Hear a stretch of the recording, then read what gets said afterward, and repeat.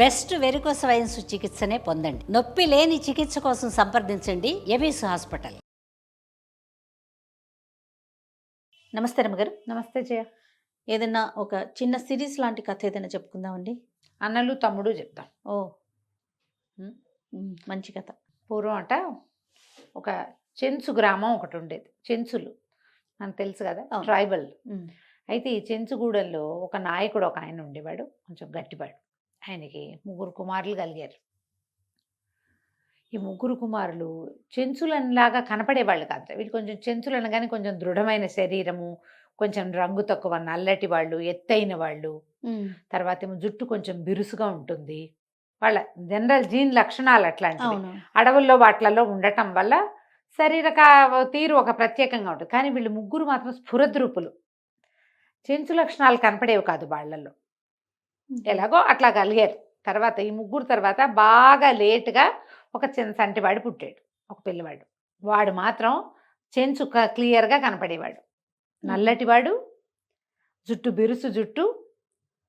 ఒక వయసు వచ్చాక వాడిని చెంచుగా గుర్తుపట్టచ్చు. అయితే వాడిని కరిమిత్రుడు అని పిలిచేవారు. మిత్రుడు తండ్రికి భలే ముద్దుగా ఉండేది. మనకు కూడా చూడు, పెద్ద పిల్లలు పెద్ద పెద్ద వాళ్ళ ఆఖరి పిల్లాడు చిన్నపిల్ల అంటే బులితమ్ముళ్ళు ముద్దుగా ఉంటారు. ఉమ్, చాలా ముద్దు చేసేవారు. అన్నాల్లో కూడా పెద్దన్నయ్యకి కూడా ఆఖరి చిన్నపిల్లాడు అంటే చాలా ముద్దు. అయితే కొంతకాలం అయ్యాక ఈ చెంచు పెద్ద కుర్రాళ్ళు 3కి, అన్నయ్యలు 3కి ఈ ఆటవిక జీవనం మీద ఇష్టం లేదట. వాళ్ళకి బయటికి వెళ్ళిపోవాలని ఉండేది. ఈ వెళ్ళిపోవటం ఎట్లా అంటే తమ శరీరాలు చెంచులుగా తెలుసుకోరు ఎవరు. అప్పట్లో చుట్టుపక్కల రాజ్యాల్లో సైనికుల్ని తీసుకునేవాళ్ళు, మన ఆర్మీని తీసుకునేవాళ్ళు. అయితే వాళ్ళు ఏ ఆర్మీలోకైనా చెంచుల్ని ఆటవికుల్ని వాళ్ళు తీసుకునేవాళ్ళు కాదు. ఎలాగైనా బయటికి వెళ్ళిపోవాలని వీళ్ళు కత్తి, డాలు, బాణాల విద్యలు, ఆ విద్యలు ఈ విద్యలు బ్రహ్మాండంగా నేర్చుకున్నారు. బాగా వచ్చినాయి. ఓకే. వచ్చినాయి. పిల్లాడు ఇంకా తమ్ముడు ఇంకా 7-8 ఏళ్లవాడుగా ఉండగానే తాము బయటికి వెళ్ళిపోదలుచుకున్నామని చెప్పారు. చెప్తే తమ్ముడు పెద్దవాళ్ళల్లో 3 మాట్లాడుకుంటే ఏమన్నారు, మన రూపాలు చూస్తే మనం చెంచులమని తెలీదు, మాగధులు అని చెప్పుకుందాం. మగధులు మగధ రాజ్యానికి చెందిన వాళ్ళు, ఎత్తైన వాళ్ళు, బలమైన వాళ్ళు. వాళ్ళకి ఈ విద్యలు, విలువిద్య అవి బాగా వచ్చు. మనకి మాగధ భాష మాగధి వచ్చు కాబట్టి మనం మాగధులమని చెప్పుకుందాము. అమ్మా నాన్న లేరు, వాళ్ళు అక్కడ ఉన్నారు, మేము ఇక్కడ ఉంటామని చెప్పేసేద్దాం. మన 3 వెళ్ళిపోదాం, సైన్యంలో చేరదామని మాట్లాడుకున్నారు. తండ్రి కూడా వాళ్ళ ముందు నుంచి వాళ్ళ ప్రవర్తన తమ జాతి వాళ్ళల్లో పెద్దగా కలవకుండా ఉండటం, అది వాళ్ళ తీరుని గమనించుకుని వెళ్తే వెళ్ళండి మీ ఇష్టం అన్నాడు. ఎప్పుడో వస్తారు, ఒక 10 ఏళ్ళకో 15 ఏళ్ళకో, పాతకాలంలో అట్లా జరిగేది.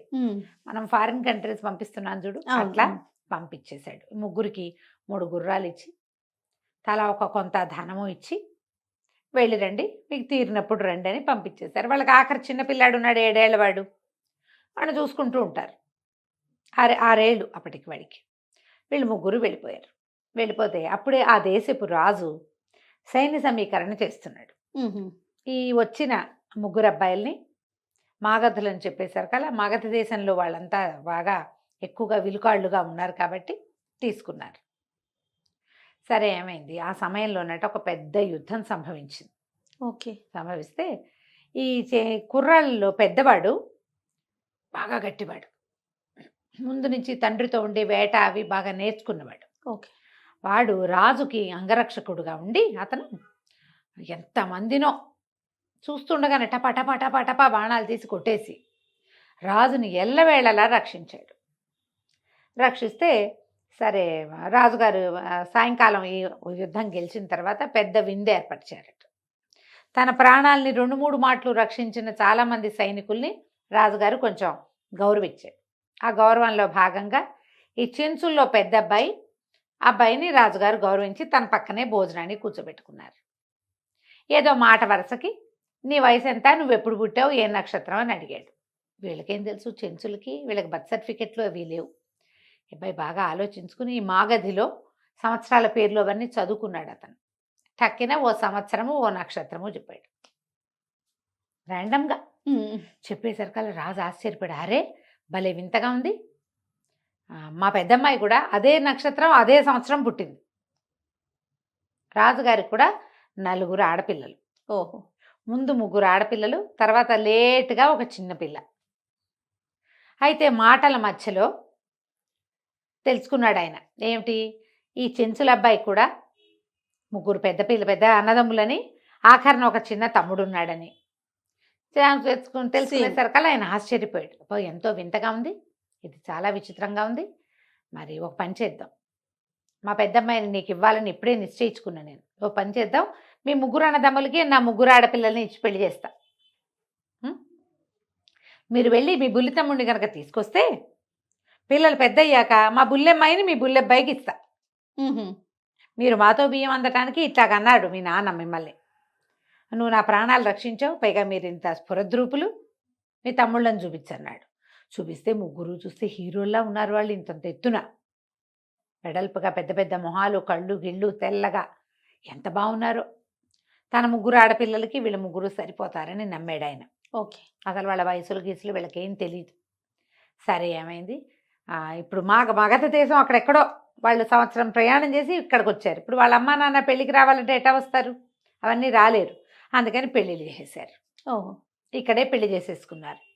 ఈ ముగ్గురు ఆడపిల్లల్ని ముగ్గురు అబ్బాయిలకి ఇచ్చారు. హాయిగా పెళ్ళిళ్ళు అయిపోయినాయి, చక్కగా యువరాణులతోటి బాగున్నారు. వీళ్ళు పొరపాటును కూడా ఎక్కడా చెంచు పదం రానివ్వాల. రాజుకు అసలు బేసిక్గా ఆటవికులు అంటే ఇష్టం ఉండదు. ఆయన తన సైన్యంలో పనిచేయటానికి కూడా ఎవరిని తీసుకునేవాడు కాదు. అలాంటిది ముగ్గురు చెంచు అబ్బాయిల్ని అల్లుళ్ళుగా చేసేసుకున్నాడు. ఆ తండ్రి ఆ చెంచుల్ని వాళ్ళని ఇష్టపడ్డు కాబట్టి ఆ పిల్లలకు కూడా అవే లక్షణాలు ఉంటాయి. వీళ్ళు మాగధి భాషలో మాట్లాడుతూ మా ఇల్లు, మా ఊరు, మా చెరువు, మా తోట అనకుండా హాయిగా యువరాణులతో కాపురాలు చేసేసారు ముగ్గురు.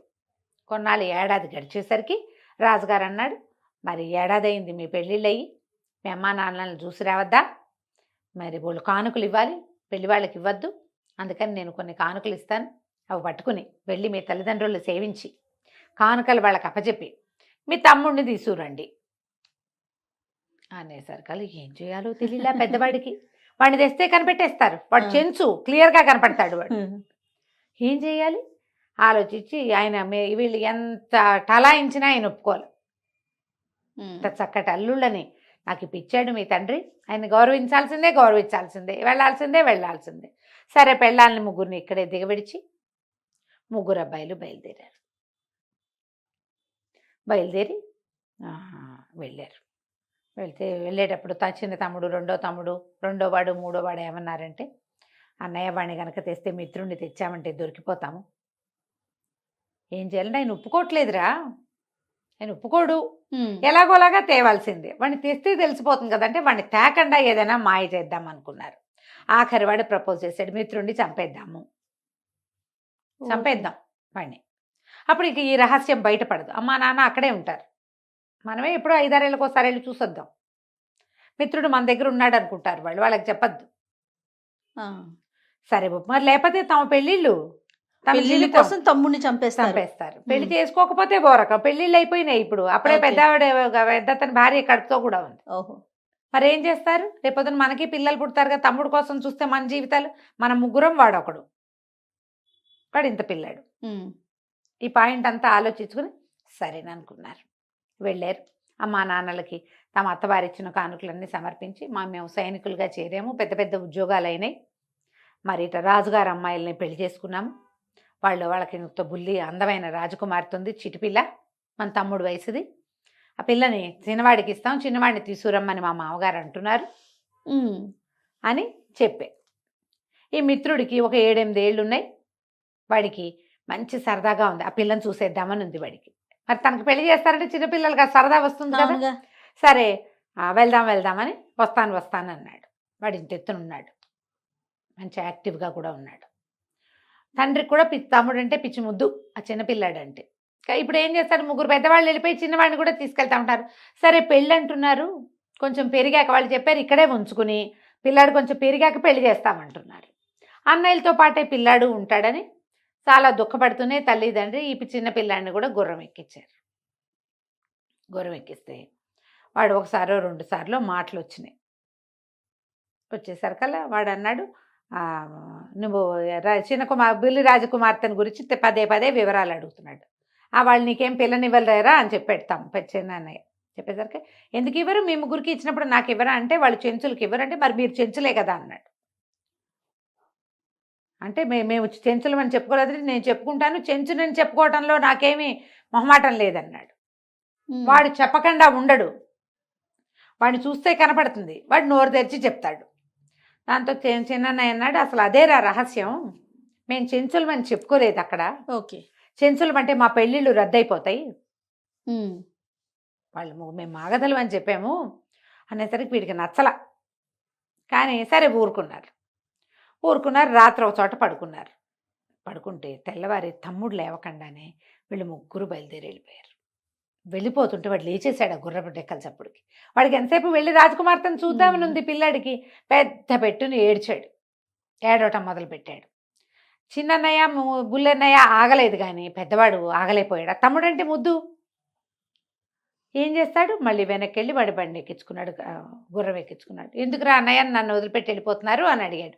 అడిగితే కాదురా, నువ్వు ఎంత ధైర్యస్తుడివో, రేపొద్దున రాకుమార్తెను పెళ్లి చేసుకోవద్దా, నువ్వు చూద్దామని నీ ధైర్యాన్ని చేయటం కోసం చూద్దామని వదిలిపెట్టాం అంతేనంటే సరేనన్నాడు. కళ్ళు మొహం తుడుచుకున్నాడు.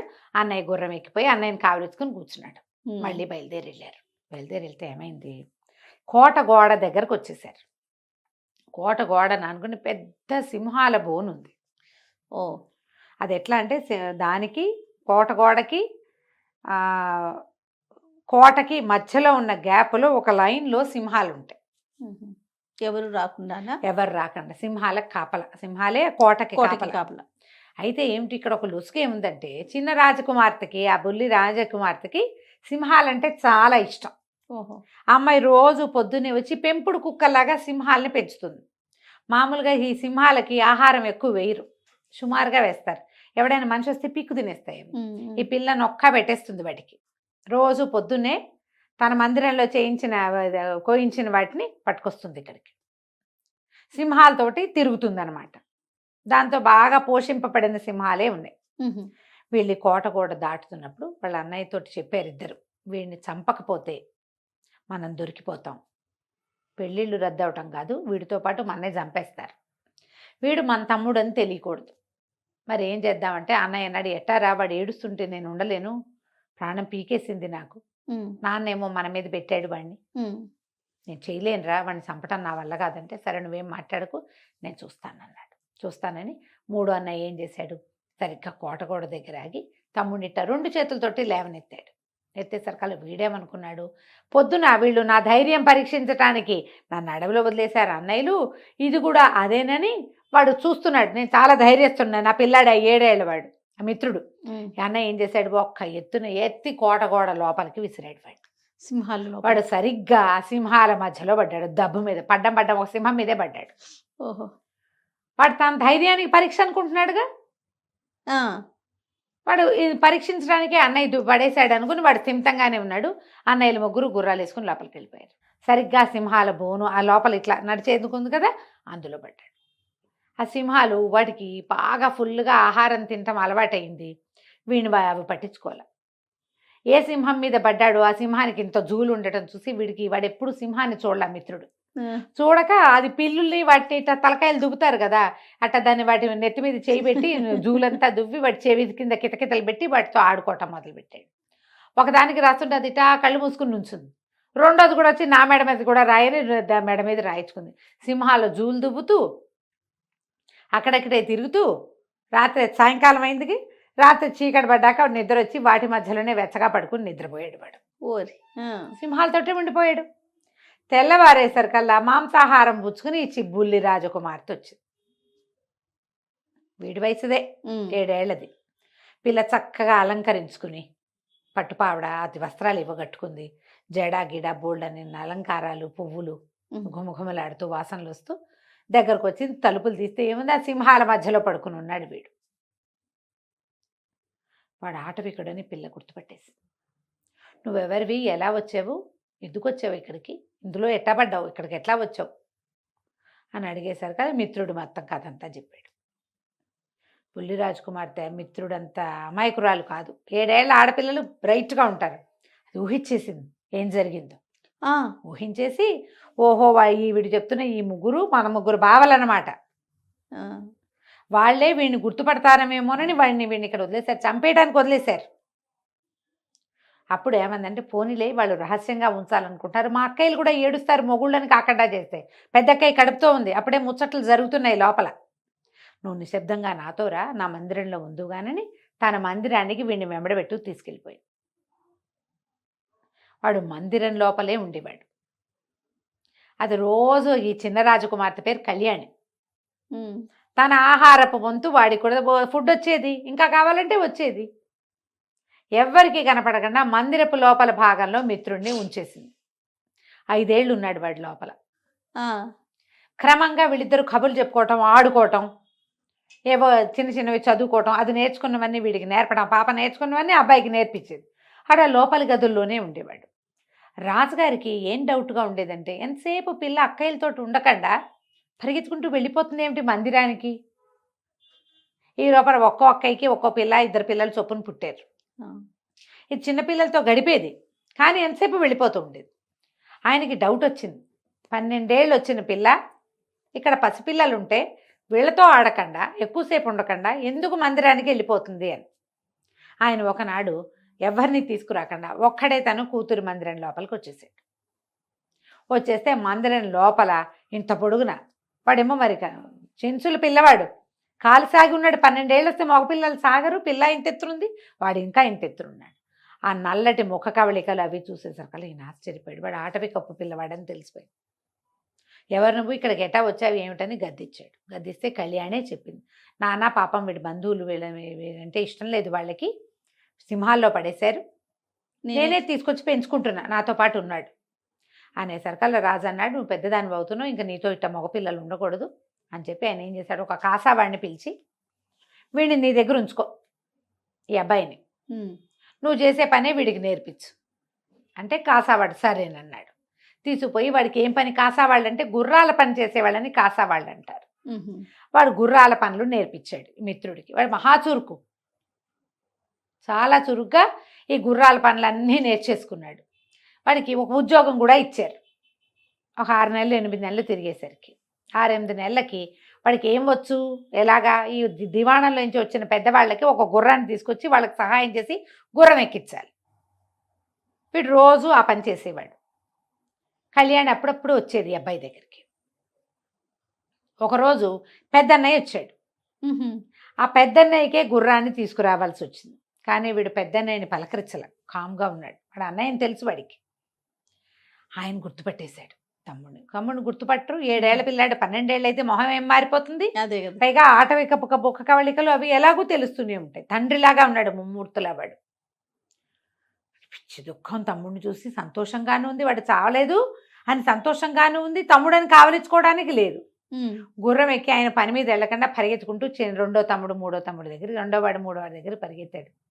మిత్రుడు చావలేదురా, వాడు ఈ గుర్రం వాళ్ళ దగ్గర ఉన్నాడు, గుర్రాల వాళ్ళ దగ్గర, ఏనాటికైనా మన రహస్యం బయటపడిపోతుంది అని చెప్పేసరికల్లా 2వ వాడు 3వ వాడు ఇంటెత్తుని లేచారు. నువ్వన్నీ ఇట్టటివే చేస్తావు, నువ్వు నీ ముద్దు, వాడు ఎప్పుడో కొంప ముంచేస్తాడు, ఏదో ఒక రోజున మన రాజుగారు అల్లుడు 3 మా అన్నయ్యలు అని చెప్పాడంటే ఇంకంతే కదా.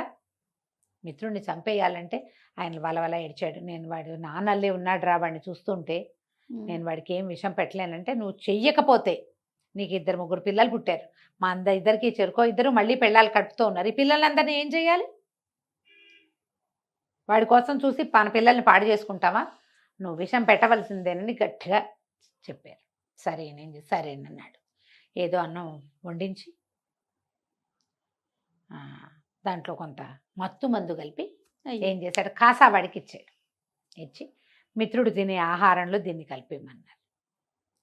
సరే మిత్రుడికి ఫుడ్ వచ్చింది. ఆ రోజు ఏమైంది, ఈ కళ్యాణి కూడా వచ్చింది. వచ్చేసరికి మిత్రుడు ఆహారం తినడానికి కూర్చున్నాడు. ఈ అమ్మాయి కూడా ఏదో ఫుడ్ పట్టుకొచ్చింది. ఇద్దరు కలిసి కూర్చున్నారు. వాళ్ళు అలవాటైందిగా, మరి 5 ఏళ్ళు కలిసి ఒక మందిరంలోనే ఉన్నారు. ఇది ఒక ఏడాది గడిచింది, చెరుకో 13వ సంవత్సరమో వచ్చింది. ఇద్దరికి కలిసి పంచుకుని తినేశారు. తినేసాక కళ్ళు మూతలు పడిపోతూ, మత్తు మంది కల్పించాడు కదా అన్నయ్య, అక్కడ ఒక చెక్క ఉంది. వీడు మధ్యాహ్నాలు పడుకోవడానికి ఆ బల్ల మీద పడుకుంటాడు. ఆ బల్ల మీద పడుకున్నాడు మిత్రుడు. వెళ్ళి కళ్యాణ్ కూడా నాకు కూడా నిద్ర వస్తుందని పోయి వాడు పక్కన పడుకుంది. ఇద్దరు నిద్రపోయారు మత్తుకి. ఏమైంది, 3వ వాడు అన్నయ్య మీద అపనమ్మకం, వీడి మిత్రుడు చనిపోయాడో లేదో చూద్దామని అతను ఇక్కడికి వచ్చాడు. ఈ గుర్రపు శాల దగ్గరకు వచ్చేసరికల్లా ఆ శాలలో ఆ చెక్క మీద దాన్ని పొడుగుతా పడుకున్న తన తమ్ముడు పక్కనే పడుకున్న కళ్యాణిని చూశాడు. వాడు చావల. అన్నయ్య విషం కలపకుండా మత్తుమందు కలిపాడని తెలుసుకుని సరే వీడిని ఏమైనా చెయ్యాలి అని చెప్పి ఏం చేశాడు, చటుక్కుని రాజుగారి దగ్గరికి వెళ్ళి చూడండి మన కళ్యాణి ఎవరితోటి స్నేహం చేస్తుందో మీకు చూపిస్తానని ఆయన్ని గుర్రపు శాల దగ్గరికి తీసుకొచ్చాడు. ఈ చెక్క బల్ల మీద పక్కన పడుకుని నిద్రపోతున్న ఈ పిల్లాన్ని చూసేసరికల్లా రాజుగారి కొళ్ళు మండిపోయింది. అవురవరా ఈ పిల్ల నుంచి సెపరేట్ చేసి వాడిని కాసావాడి దగ్గర పెడితే పిల్లైపోయి వాడి పక్కలో పడుకుంటోంది, చూస్తే ఎట్లా కనపడుతుంది, ఇద్దరు కొంచెం వయసు వస్తున్న పిల్లలు కదా. దాంతో ఏం చేశాడు, అక్కడ 5-6 సైనికులు పిలిచి ఒరే మీరెవరున్నారో ఇక ఈ బల్ల మీద ఉన్న పిల్లని బల్లతో సహా గంగా ప్రవాహంలో వేసేసేయండి అని చెప్పి పిల్లాడు మరి పిల్ల ఇట్లాంటి ప్రవర్తన ఏమైనా బాగుందా, పరాయి మగ పిల్లాడు పక్కన పడుకుంది, 13 ఏళ్ళు వచ్చిన పిల్ల, 12 నిండింది 13వ ఏడు వచ్చింది, నీళ్ళలో పెట్టేసేయండి అన్నాడు. ఆనంగానే ఈ మత్తు మందులో ఉన్నారు వీళ్ళిద్దరికి ఒళ్ళు తెలియలా ఆ బల్ల మీదే పడుకుని నిద్రపోతున్నారు. ఆ 4 సైనికులు 4 పక్కల పట్టుకుని ఆ బల్లని తీసుకెళ్ళి ప్రవాహంలో విడిచిపెట్టేశారు. ఎక్కడికో కొట్టుకుపోయింది అది. ఆ బల్ల నుంచి వాళ్ళు పడిపోయారా మునిగిపోయారా వాళ్ళిద్దరు ఎక్కడ తేలేరు, ఏమైందో మనం వచ్చే భాగంలో తెలుసుకుందాం. అయ్యో చాలా బాగుంది రమ్మగారు.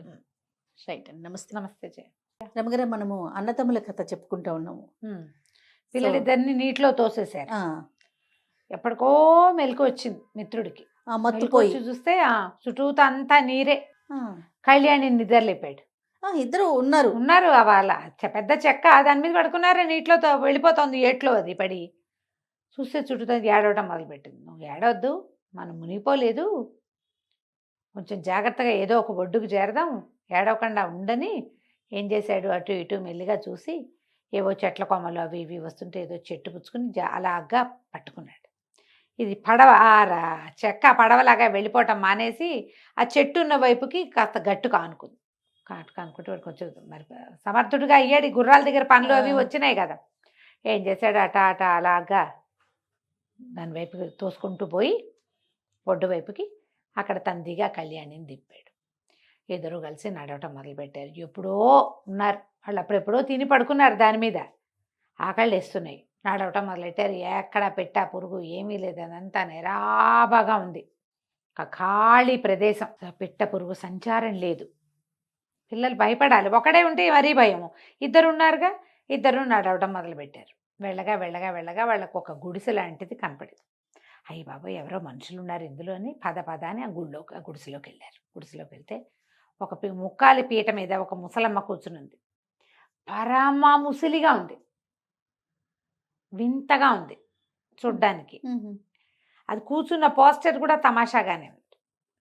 అయితే వీడు లోపలికి వెళ్ళాడు. అవ్వా ఎవరు నువ్వు, ఇక్కడ ఎవరు లేరేంటి, నువ్వు ఒకదానివే ఉన్నావేమిటని అడిగితే, ఎవర్రా నాయన మీకేం కావాలండి, ఆకలిస్తుందవ్వా, తినటానికి ఏమైనా ఉన్నాయా అని అడిగాడు మిత్రుడు.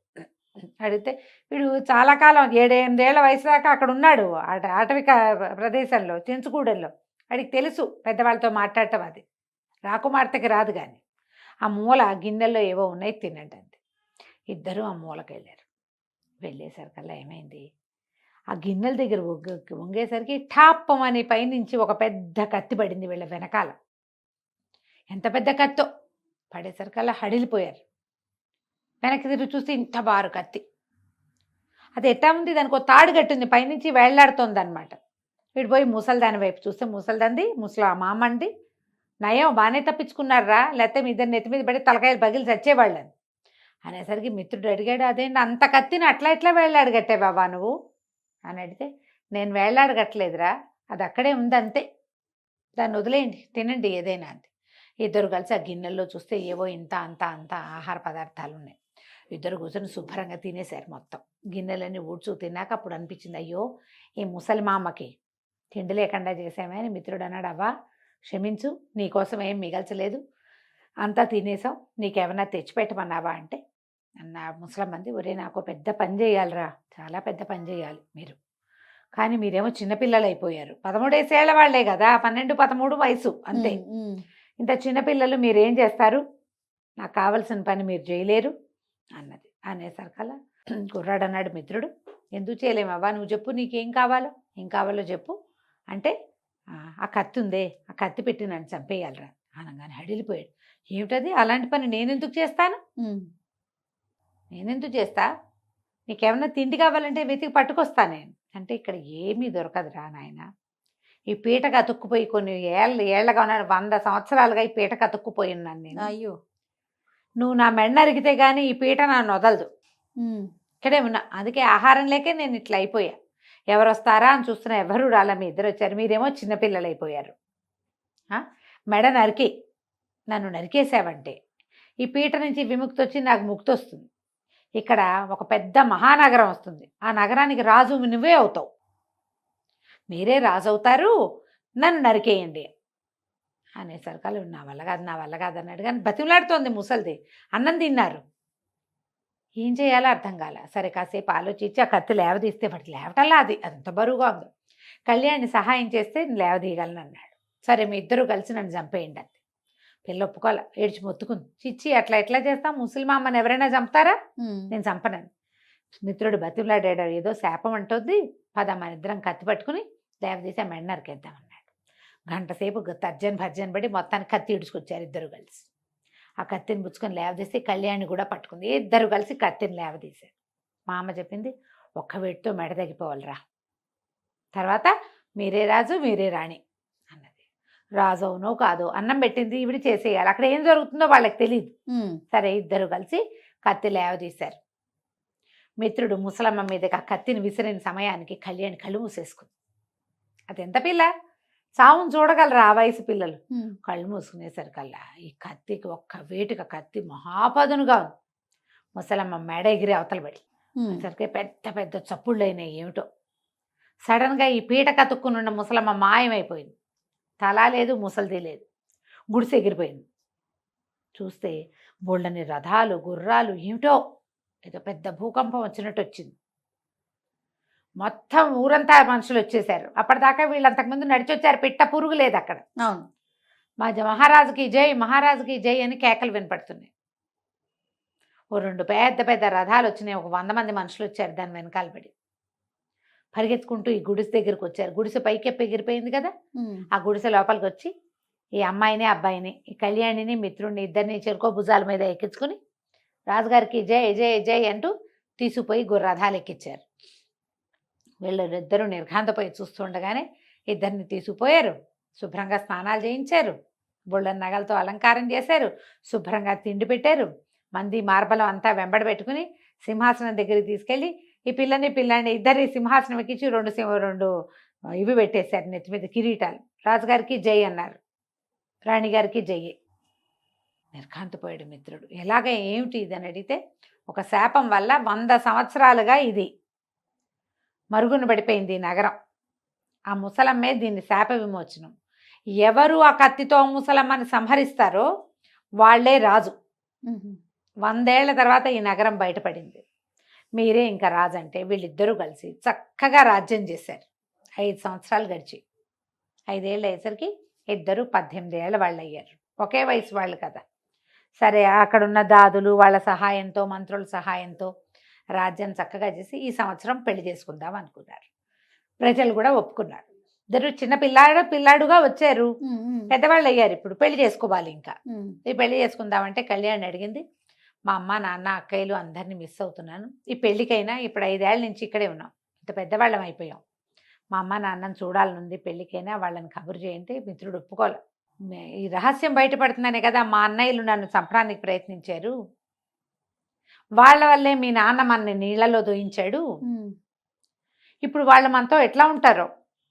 కళ్యాణ్ ఎట్టాగైనా ఉండని, వాళ్ళు ఉండాల్సిందే, వాళ్ళు రావాల్సిందే, మన రాజ్యంలో మనం ఉంటాం, మనమే వాళ్ళ దగ్గరికి వెళ్ళాం కదా అని బాగా బతిమలాడితే సరే ఏం చేశాడు, సరే వివాహం కుదుర్చుకొని అన్ని ముహూర్తాలు పెట్టాక కొంతమంది వార్తాహరులను ఇచ్చి రాజుగారి దగ్గరికి పంపించాడు మగధ దేశానికి. ఎప్పుడైతే ఈ మగధ దేశానికి ఇది వెళ్ళిందో, ఆయన ఈ రాజ్యం పేరు ఎప్పుడు చూడలేదు, ఇక్కడ ఒక రాజ్యం ఉందని కూడా మాకు తెలియదు అంటే వార్తాహరులు చెప్పారు, కాదండి 100 ఏళ్ల నుంచి మా నగరం మరుగున పడింది, 5 సంవత్సరాల క్రితమే ఇది బయటకు వచ్చింది, మా రాజుగారి వల్లే, ఇప్పుడు మా రాజుగారు పెళ్లి చేసుకుంటున్నారు, మీకు కూడా వివాహ పత్రిక ఇచ్చినామని వచ్చాము, మీరంతా సకుటుంబ సపరివార సమేతంగా రావాలని అందరినీ పిలిచారు. రాజుగారు తన ముగ్గురు పెద్ద కూతుళ్ళు, ముగ్గురు అల్లుళ్ళు, మనవళ్ళు, రాణిగారితో సహా పెళ్ళికి తరలిళ్ళారు. ఈ ముందు రోజు సాయంత్రం విందు. అప్పటికి చేరారు. మిత్రుడిని ఎవ్వరూ గుర్తుపట్ల. నల్లగా ఎత్తుగా ఉన్నాడు. వాళ్ళ పెద్దనే కంటే గుప్పెడు పొడుగున్నాడు. గుర్తుపట్ల. వాళ్ళు చూసిన పిల్లాడు ఎంతవాడు? వాడికి అసలు వాళ్ళకి బాగా గుర్తున్నది 7 ఏళ్ల వాడు. 12 ఏళ్ల వయసు వచ్చాక పెద్దన్నయ్య ఒకరోజు చూశాడు, చిన్నన్నయ్య ఒకసారి చూశాడు. ఒకసారే వాళ్ళు చూసింది. అవునులే. ఆ పిల్లాడు ఇంత పొడుగవుతాడని, మొహం ఇంత తేట పడుతుందని, వాడికి ఇంత జుట్టు వస్తుందని వాళ్ళకి ఏం ఊహించారు వాళ్ళు? ప్రాంతం మారింది. పిల్లవాడి రంగు కూడా అంత పిచ్చి నలుపు తగ్గి కొంచెం రంగు తక్కువగా ఉన్నాడు. అంత ఎక్కువ నల్లగా లేడు. కళ్యాణి కూడా ఎంతో అందంగా తయారైంది. వాళ్ళ అక్కయ్యల కంటే ఈ పిల్లే అందంగా ఉంది. వాళ్ళు కూడా ఈ 12 ఏళ్ల పిల్ల 18 ఏళ్ల పిల్ల అయ్యాక వాళ్ళు గుర్తుపట్ల. వాళ్ళ అమ్మ అక్కయ్యల్ని అమ్మని కావలించుకోవాలని ఎంత అనిపించినా ఆ పని చేయలే అమ్మాయి. భోజనాల దగ్గర ఈ మన యువరాజు మిత్రుడు రాజుగారిని, మగధ రాజు గారిని తన పక్కన కూర్చోబెట్టుకున్నాడు. మీ పరివారం అంతా వచ్చారా? అందరూ బాగున్నారంటే పరివారం అంతా వచ్చాడు. మీకు ఎంతమంది పిల్లలండి అని అడిగాడు. అడిగేసరికి 3 అమ్మాయిలు, 3 అల్లుళ్ళు, ఇదిగోండి మనవాళ్ళు ఈ 10 మంది అని చూపించాడు. మీకు 4 ఆడపిల్లలని విన్నానే నేను అన్నాడు. అవునండి, ఇంకో పిల్ల ఉండేది, పొరపాటున ఏట్లో పడిపోయింది పిల్ల అన్నాడు. అలా ఎలా అయిపోయింది అని అడిగాడు. రాజుగారి అమ్మాయి ఏట్లో ఎట్లా పడిపోతుందండి అని అడిగాడు మిత్రుడు. అడిగేసరికల్లా అదో దుస్సంఘటన, దాని గురించి మాట్లాడటం ఇష్టం లేదు అని ఆయన దుఃఖపడ్డాడు. అదేమిటో వివరంగా చెప్పండి అని కళ్యాణి అడిగింది. కాబోయే రాణి పెళ్లి కూతురు అడిగితే ఏం కాదంటాం. అప్పుడు ఆయన చెప్పాడు, సింహాల మధ్య మా చిన్నమ్మాయికి ఒక కుర్రాడు దొరికాడు.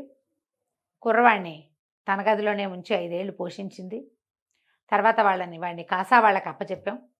జరిగిన స్టోరీ అంతా చెప్పాడు. అప్పచెప్తే ఒకనాడు ఆ కుర్రాడితో కలిసి పక్కపక్కన పడుకుని కనపడింది. వాడు రాజద్రోహం చేశాడు. నేను వాడిని పోషించాను, నా పిల్లవాడిని పోషించింది.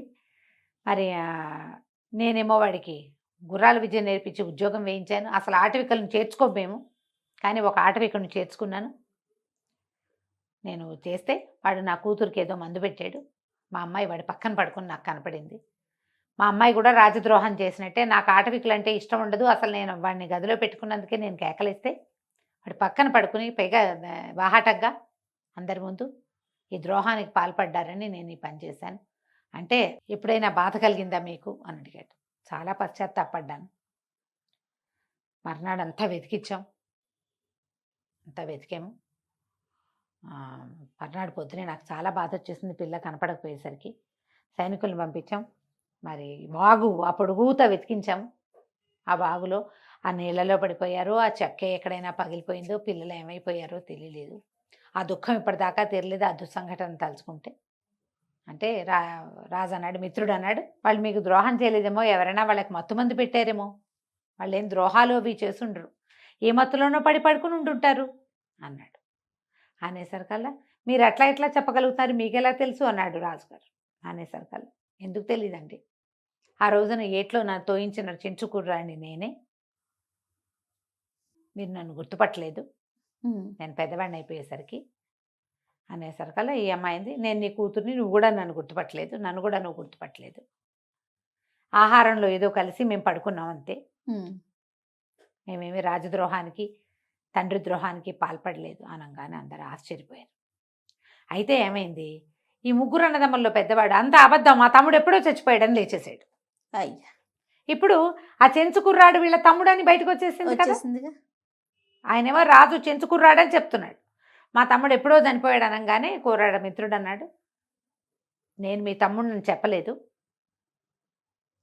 నువ్వే బయట పెట్టుకున్నావు, మీరు నన్ను అందుకని అడవిలో వదిలేద్దామనుకున్నారు, సింహాలకు ఆహారంగా వేశారు, విషం పెట్టి చంపాలనుకుని విషం పెట్టకుండా మత్తు మందు పెట్టావు, నీళ్లలో దోయించారు, అయినా కూడా నేను నీ తమ్ముడిని ఎక్కడా చెప్పలేదు, అక్కడా చెప్పలా ఇక్కడా చెప్పలా, నువ్వే చెప్పుకున్నావు బయట పెట్టుకున్నావు, మీరు చెంచులని మీరు బయట పెట్టేసుకున్నారు అన్నాడు. అనగానే ఈ 3 యువరాణులు లేచారు. అదేంటి మీరు చెంచులా అని అనగానే రాజకుమారులు 3 అల్లుళ్ళు 3 కత్తులు పుచ్చుకుని ఈ అబ్బాయి మీదకి వచ్చారు. వచ్చేసరికి వీడి దగ్గర ఆ ముసలమ్మ మెడ నరికిన కత్తి మొదట్లో బరువుగా ఉంది, ఇప్పుడు అది రొంటిని పెట్టుకుని తిరుగుతున్నాడు అబ్బాయి. కత్తి తీసాడు రయ్యమని, తీసి 3 అన్నదమ్ముల అన్నయ్యల కత్తులు తోసేశాడు ఒక దెబ్బకి. యువరాణులు 3 లేచి నిలబడ్డారు. ఇంత ద్రోహం చేస్తారా అని అనేసరికల్లా ఏమైంది కళ్యాణి, అంత ద్రోహం చేసినా మీరు పెళ్ళిళ్ళు చేసుకున్నారు, పిల్లల్ని కన్నారు.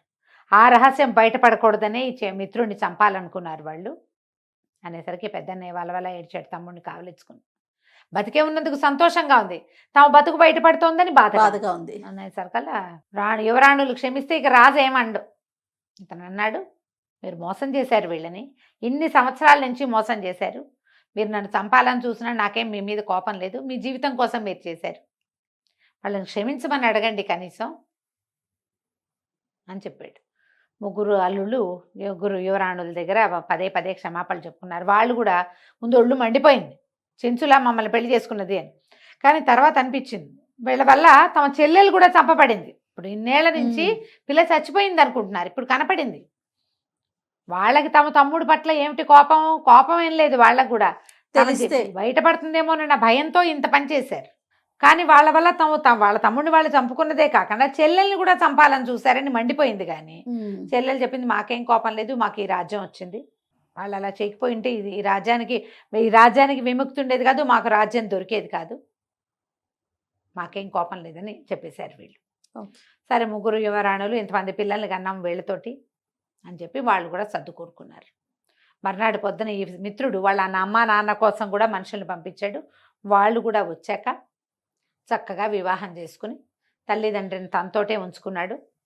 అన్నదమ్ములకు మాత్రం వాళ్ళని ఇవ్వాల, మీ ముఖాలతోటి మీరు హాయిగా రాజ్యాలు చేసుకోండి, మేము మా దాంతో ఉంటామని చెప్పేసి అమ్మ నాన్నని తన దగ్గరే ఉంచుకుని చక్కగా రాజ్యం చేసుకున్నారు. కలకంచికి మనం ఇంటికి. బాగుంది రమ్మగారు. నమస్తే. నమస్తే జయ.